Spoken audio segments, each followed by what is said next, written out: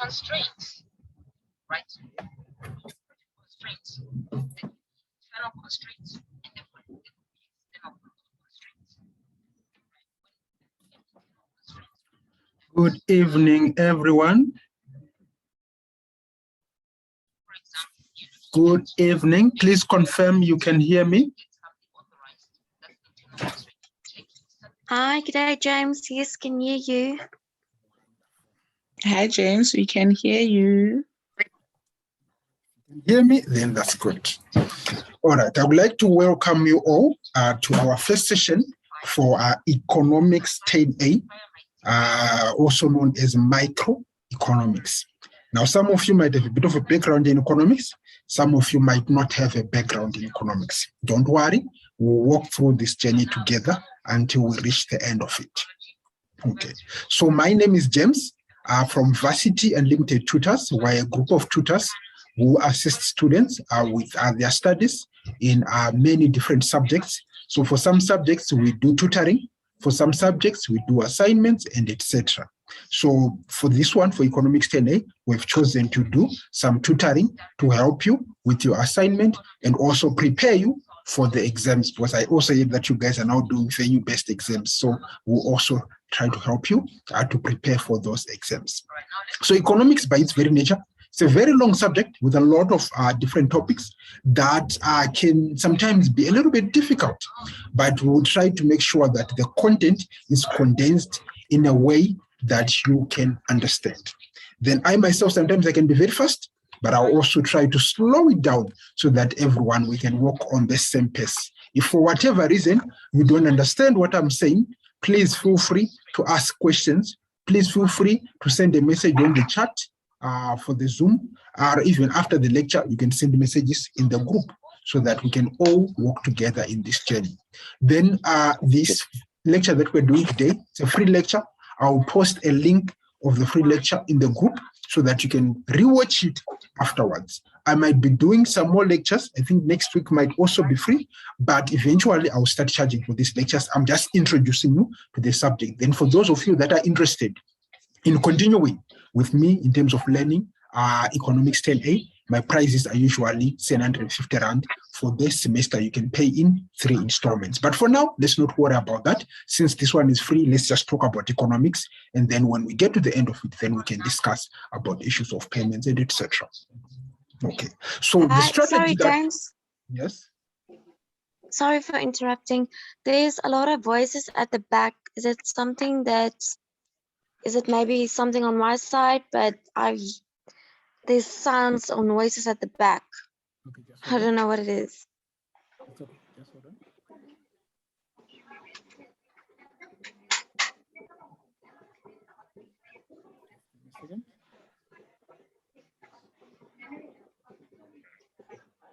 Oh, I think your people should mute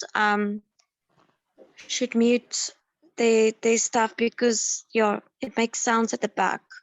Okay, just give me a second.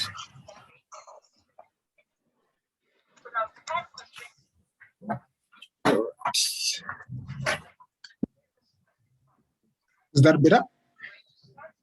Yes, yeah, thank you. All right. So I was saying that the strategy that we are going to use is we'll go through the notes together. Then we'll also go through the assignment together. Then the third thing is we will also go through past exam papers together, where I will highlight the type of questions that will be asked after we complete each section and how you can answer those types of questions, so that at least you're not only preparing for the assignment, but you're also preparing for the exam at the end of the day. Okay. So let's start.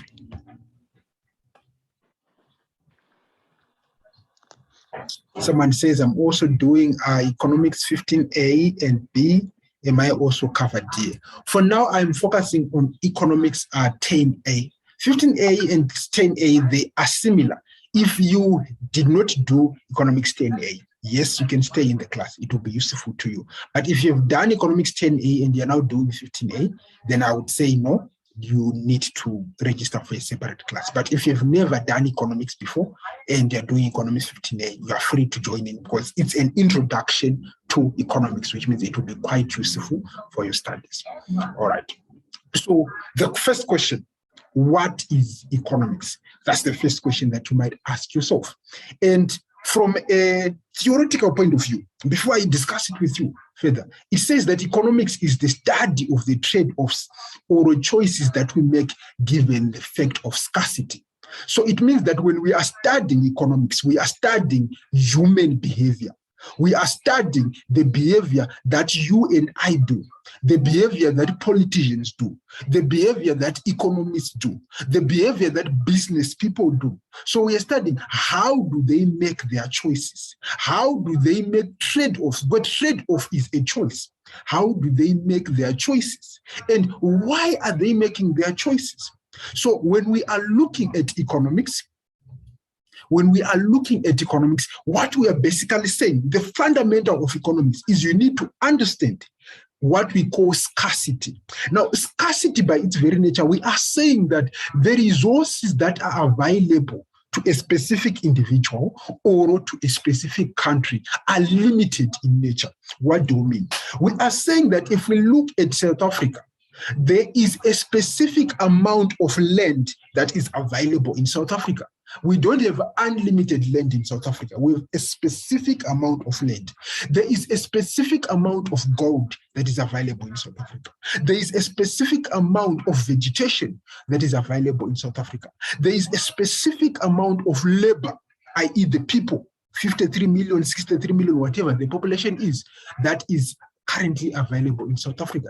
There is a specific amount of capital or skills that are available in South Africa. So there are specific resources that we cannot increase. We cannot increase the land. We cannot just increase the labor overnight. So because of that, we are saying resources are scarce. Now, if you actually want to understand scarcity, look at yourself as an individual. You've got a salary that you earn at the end of the month, right? So your salary, let's assume that you're earning 20,000 at the end of the month, which means that you cannot spend beyond the 20,000 that you are earning, right? So that is scarcity. We are saying that resources are scarce, resources are limited. Now, the opposite of scarcity, right? We are saying that what is unlimited. Now, you as an individual, right? Although your salary is 20,000, but you want to buy a house, you want to buy a car, you don't want to just buy a house, you want to buy a house in Durban by the beachfront, you want to buy a house in the estates in Cape Town, right? You want things that are expensive, you want things that are unlimited. You want to drive a Lamborghini, a Ferrari, a BMW, a Benz, 4 cars in your garage. So your wants are unlimited in nature. But although the wants are unlimited, the resources that you have are limited. This now means that you as an individual, that you as an economic agent, you have to make a choice. Which of these wants will I satisfy, right? I can buy cars, right, from my salary. But do I really want to buy cars? Which car should I choose? I can buy houses from my salary, but which house can I buy? Why am I making the choice? Because I cannot buy all of them. I can only buy specific one because my resources are limited. So it's the same thing with the country. Because we've got limited land, because we've got limited labor, because we've got limited skills, because we've got limited capital within South Africa, as a country, we have to make choices. We have to make a choice and say, we are going to be farmers of potatoes. We are not going to look at bananas because we don't have the resources. We don't have enough land to be farming potatoes, bananas, wheat, and whatever. We have to make a particular choice that this is what we are going to farm. The rest of it, maybe we are going to import it from other countries. So that's the same thing. So that is what economics is all about. So economics is about us as economic agents, as households, as businesses, as governments, making choices that result in trade-offs, right? Given the fact of what? Of scarcity. Now, when we make these choices, right? When we say that as an economy, we are going to be doing wheat farming, but we are not going to be doing We're not going to be doing animal husbandry. We're not going to be having some cattle or cows. We are just going to focus on agriculture, not on animal husbandry. When we make these choices, there is a cost involved.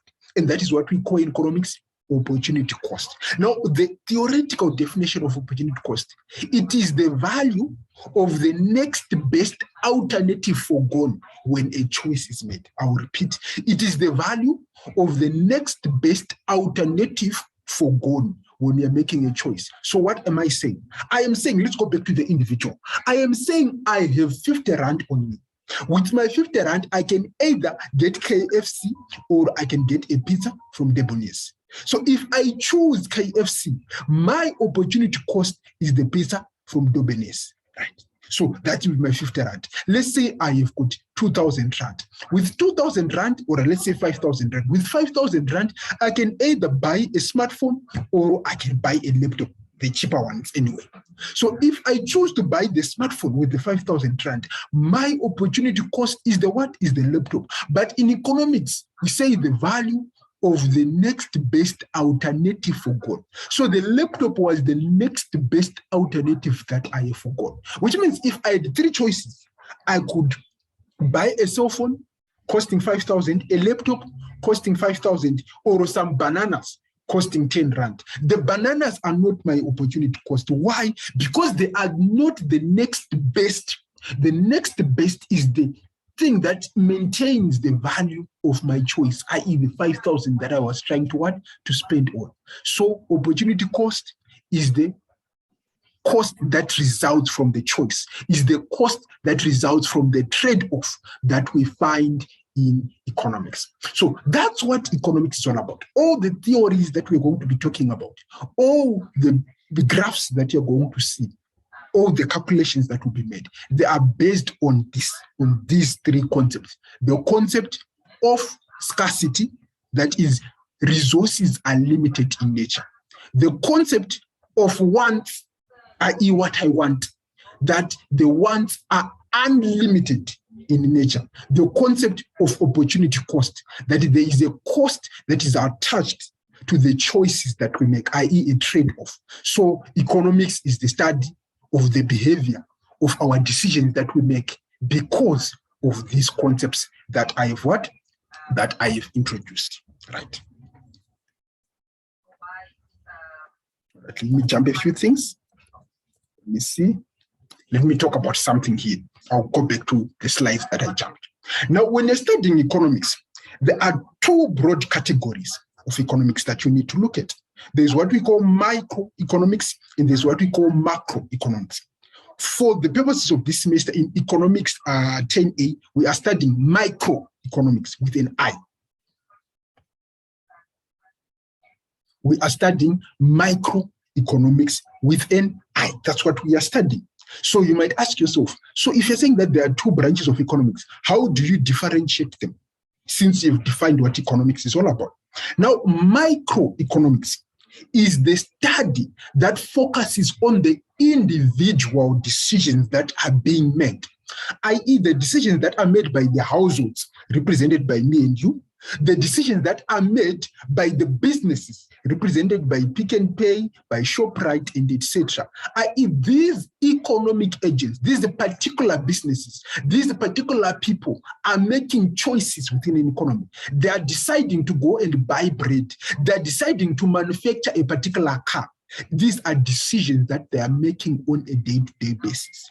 And when they make these decisions, we are talking about what sort of theory, what sort of concepts guide their decision-making. So that is microeconomics. It's micro in nature. We are focusing on the households. We are focusing on the businesses. We are focusing on the workers, the decisions that they are making in the workplace. Then macroeconomics, which you're going to do in your second semester, is a little different. Macroeconomics with an A is now a broader form of economics. Macroeconomics focuses on the broader issues of the economy. It focuses on the country as a whole. So, for example, just to differentiate the two, if I say the price of a tomato increased in January, I am talking about microeconomics. But if I say the inflation rate which is the price of everything in South Africa, has increased.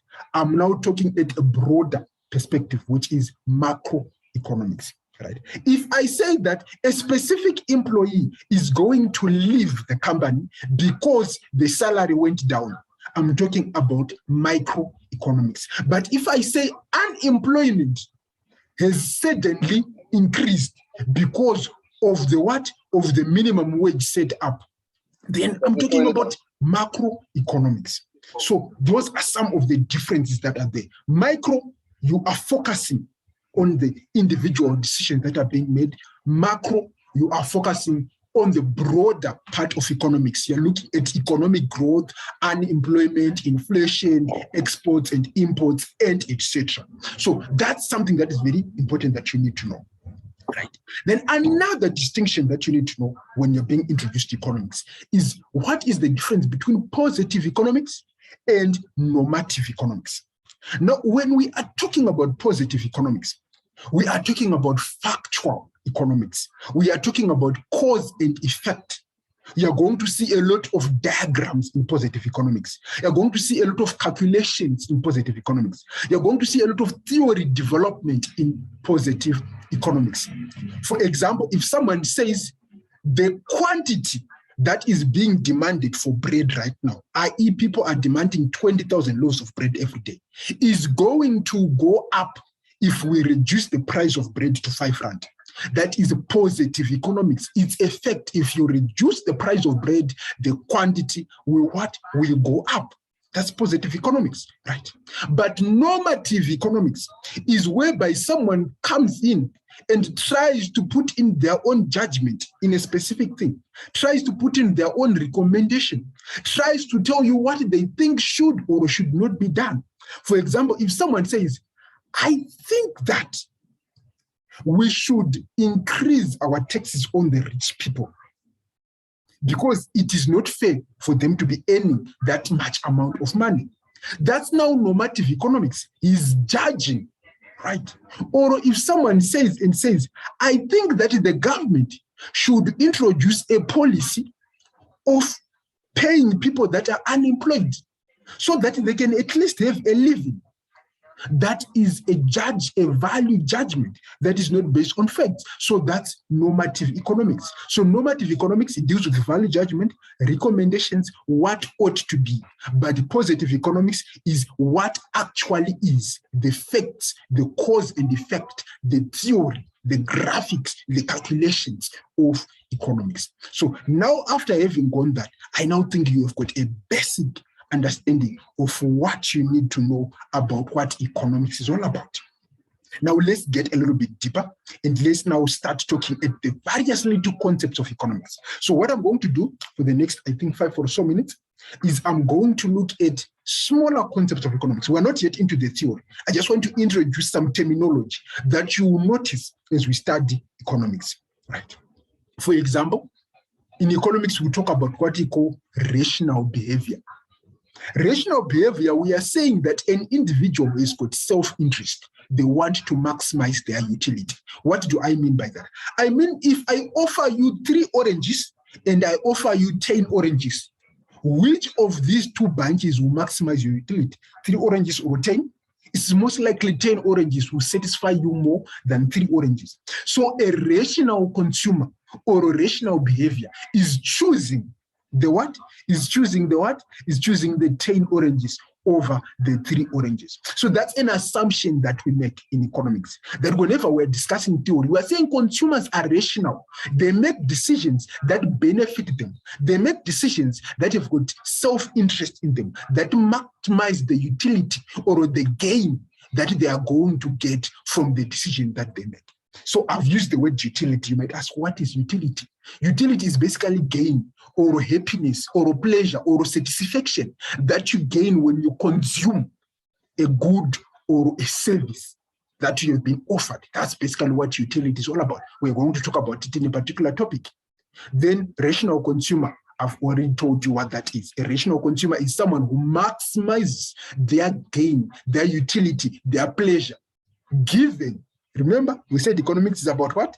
Limited resources, given budgetary constraints that that you have. Then marginal analysis. This one, I'm going to talk about it a lot, but for now, I don't really want to go deeper into it. But marginal analysis, we're saying that when we are making decisions in economics, when we are studying economics, we don't study the past a lot. We want to study what is going to happen in the future. So, for example, we want to study if I employ an extra person at the company, what will be the change in my profit? If I work an extra hour at company ABC, what will be the change in my income? Right? If I pay an extra $1 at ShopRite, what will be the change in the goods that I'm going to receive? So that's marginal analysis. You're looking at the extra gain that you make once you've made your decision. So that's marginal analysis. Then another thing that you need to know is what we call what are goods or what are resources in economics. Because you're going to hear a lot, we're going to be saying goods, we're going to talk about resources, we're going to talk about free goods, we're going to talk about public goods, and etc. So what are those things?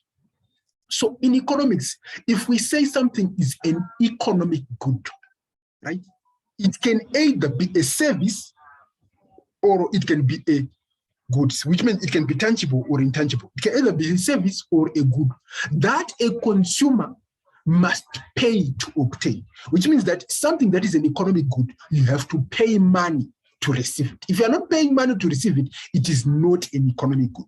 It is under something else. It might be a free good, it might be a public good, it might be any one of the other things. But if you're not paying money to get it, it is not an economic good. Very straightforward.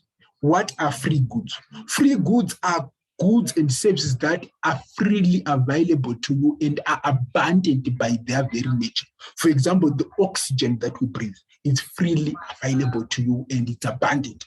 So that is an example of a free good.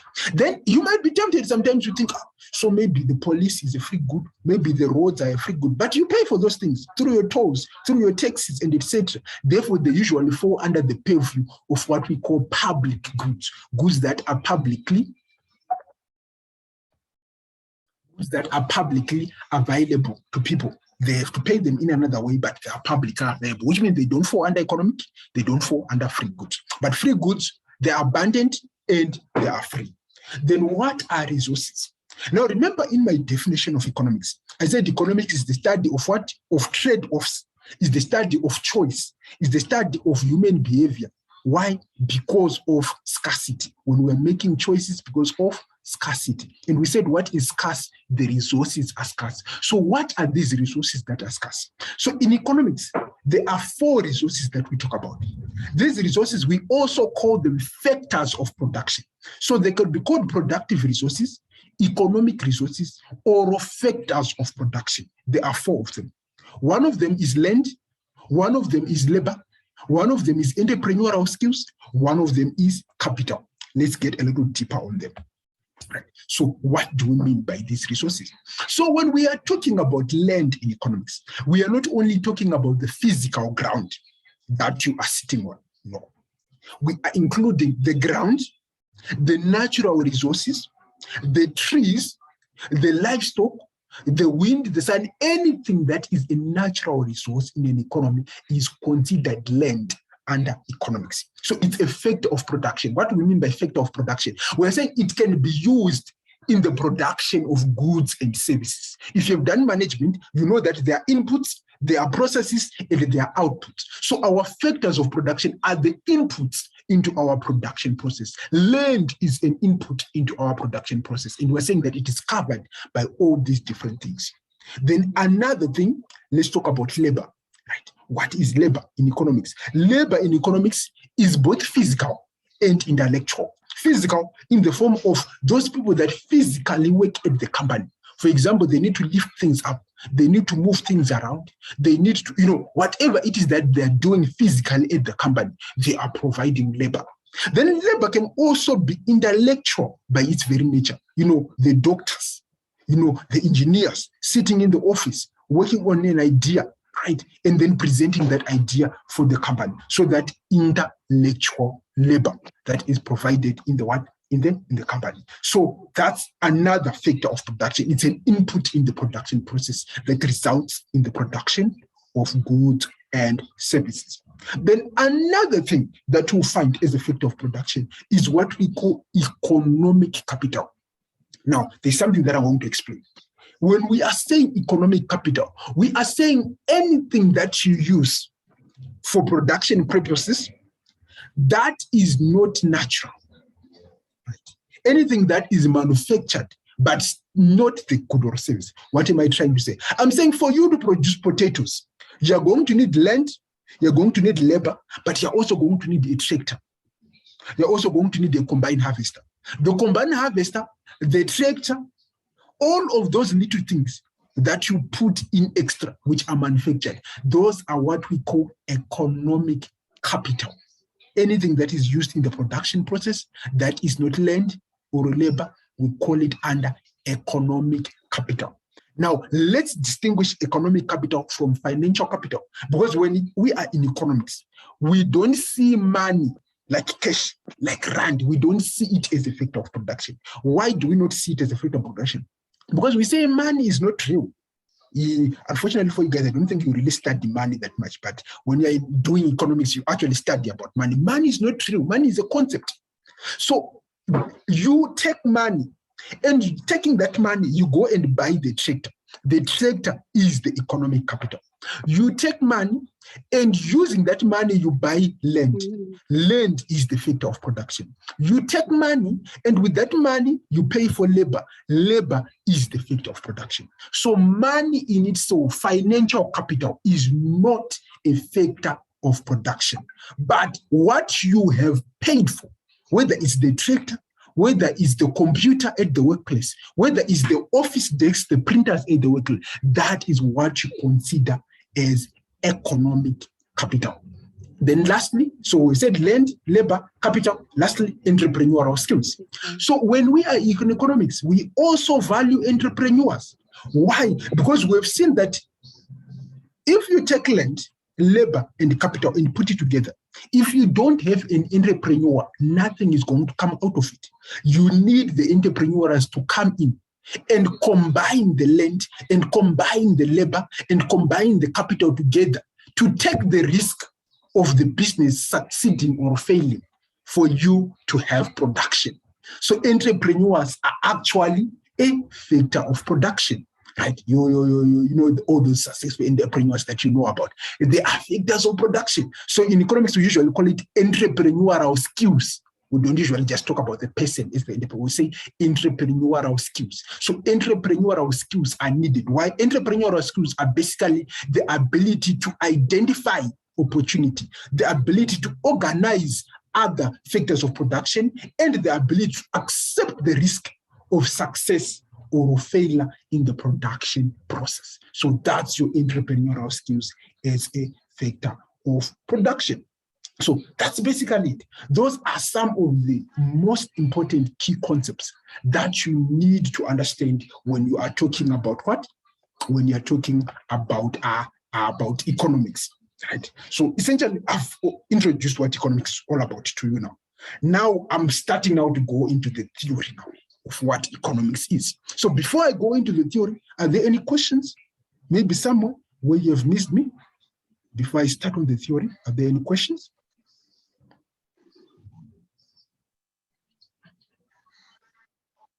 No questions. Ah, wonderful. It means we are together. All right. So let me start on some of the theory that is related to economics. So one of the first theory that you are going to learn in economics is what we call the basic economic problem, or the three economic questions. It depends with the textbook that you're reading. Sometimes it's called the basic economic problem. Sometimes it's called the three economic questions. So what is that all about? It goes back to the definition that we talked about in the beginning, right? So the basic economic problem is basically you need to make choices because your wants exceed your means. That's the problem in economics. That's everything that the economists are trying to solve right now. That's the problem. We need to make choices. What choices should we make, given that we've got unlimited wants and we've got limited economic means. We've got scarcity, we've got budgetary constraints, but what we want is unlimited in nature. So that's the problem that economists face. Now, in terms of this problem, it gives rise to what we call the three economic questions. The three economic questions basically mean that we ask ourselves these questions in economics because of the economic problem. What are the questions? The questions are what to produce, how to produce, and for whom to produce. Let me explain further on that, right? What to produce, right? Let me not use that slide. It may end up confusing you. Let me explain from my slide. What to produce. Right? When we're saying what to produce, we are saying given the land, labor, capital, and entrepreneurial skills that are in South Africa, what should South Africa produce? Should they produce bread? Should they produce beer? Should they produce cars? Should they produce computers? Should they produce medicine? Should they produce houses? Should they produce clothes? What should South Africa produce? That's the first question. And to answer that question, we are going to study, I think, 2 or 3 topics, like a lot of pages, just to answer the question of what to produce. So that's what economics is all about. What to produce. What should we produce as a nation? What should we produce as a business? What should we produce as individuals? So that's the first economic question. The second economic question is we have decided that we want to produce wheat as a country. That's what we have decided on. How are we going to produce the wheat? Remember, we've got 4 factors of production. How are we going to combine? How much land are we going to use in the production of food? How much labor are we going to use in the production of food? How much capital do we need in the production of food? Let me give you an example. For you to produce a ton of wheat, you can have like 1,000 farm laborers at a farm working on the land and 1 tractor. You can still produce a ton of wheat. Or you can have 20 tractors and only 100 people working in the farm. So you can see that there are different ways of combining your factors of production, right? A certain farmer can produce 1 ton of wheat from 5 hectares, whereas another needs 8 hectares to produce the same ton of wheat, which means that there are different combinations that you can do of the factors of production to produce the same thing. So how do we produce our goods and services? That we have decided when we answered question number 1. So that's question number 2. How do we combine the factors of production to produce a particular thing? How to produce. Then answer number 3, question number 3. We have decided what to produce, and we said it's wheat.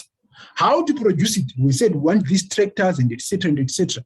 But now that we have the wheat in our barn, how are we going to distribute this wheat? Who are we going to give the wheat to? Are we going to say stand in a line and you get 5 kg each? Or are we going to put a price and say whoever has the money, please pay? Or are we going to, there are different ways of distributing the goods that have been produced. So that's the last question, for whom to produce or how to distribute what we have produced. So those are the 3 economic questions that we need to answer, right? Okay.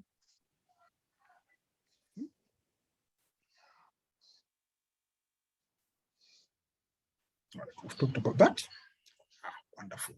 Now, that's the first theory that we've talked about.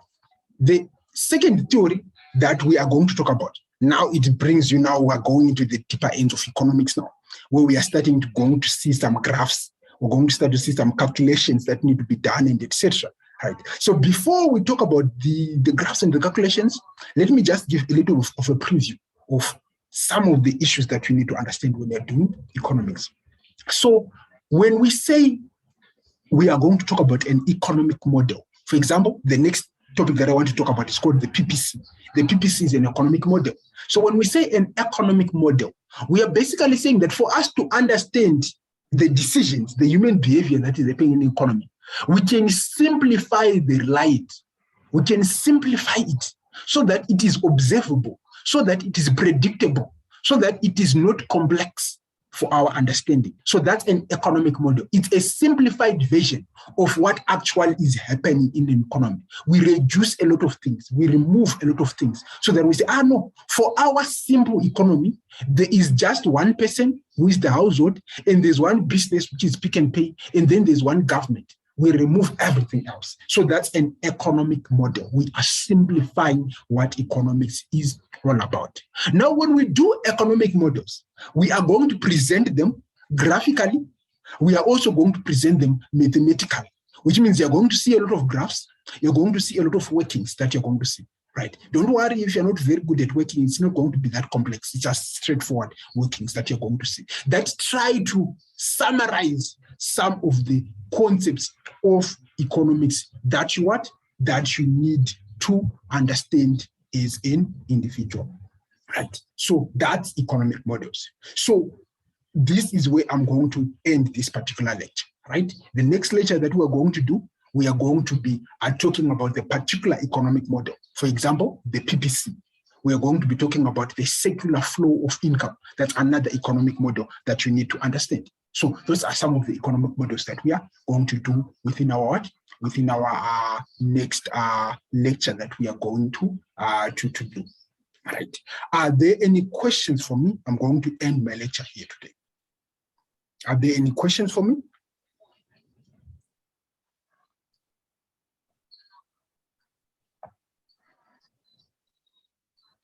Okay, I see there are no questions, so I trust you're all happy. So like I said at the beginning, I will post a link to this video in the group so that if anyone needs to read it, you can. Patrick, you've got a question? Yes, I wanted to find out, okay, how do we join your classes? The ones where now we could continue further and we have to pay you. What you need to do is I'm going to send my details in the group. I'm going to send a link to the video. I'm going to send my banking details in the group. I'm also going to send a text message that details what you get for what you pay. But the cost is 750 per semester. You can pay it over 3 months. That is 250 per month. So 250 deposit now, another 250 at the end of the month, and etc. until you are done. So it's 750 per semester. Within that amount that you've paid, we'll go through the classes just like we did. We'll go through your assignment, right? The assignment that you have. If you guys are, I don't know, if you guys are free for the evening, I didn't want to stress people out. We can actually take another 45 minutes or so and just go through 1 or 2 things on the assignment. But we have to start it on a different class because I only had 40 minutes for this version of that I was using. So I think let's do it this way. Because I know you guys would like to learn a little bit more. So I'm going to end this class right now. And just join in, use the same link, just join in using the same link. And on the next session that we do, I'm going to go directly to your assignment and I'm going to attempt the multiple choice part of the assignment just to show you how we do the assignment. So maybe you can actually make a better informed decision. So this lecture is going to end right now. Don't go away, just rejoin using the same link that is in the group, and then we can proceed maybe for another 20 or 30 minutes and talk about the assignment. Thank you. Thanks.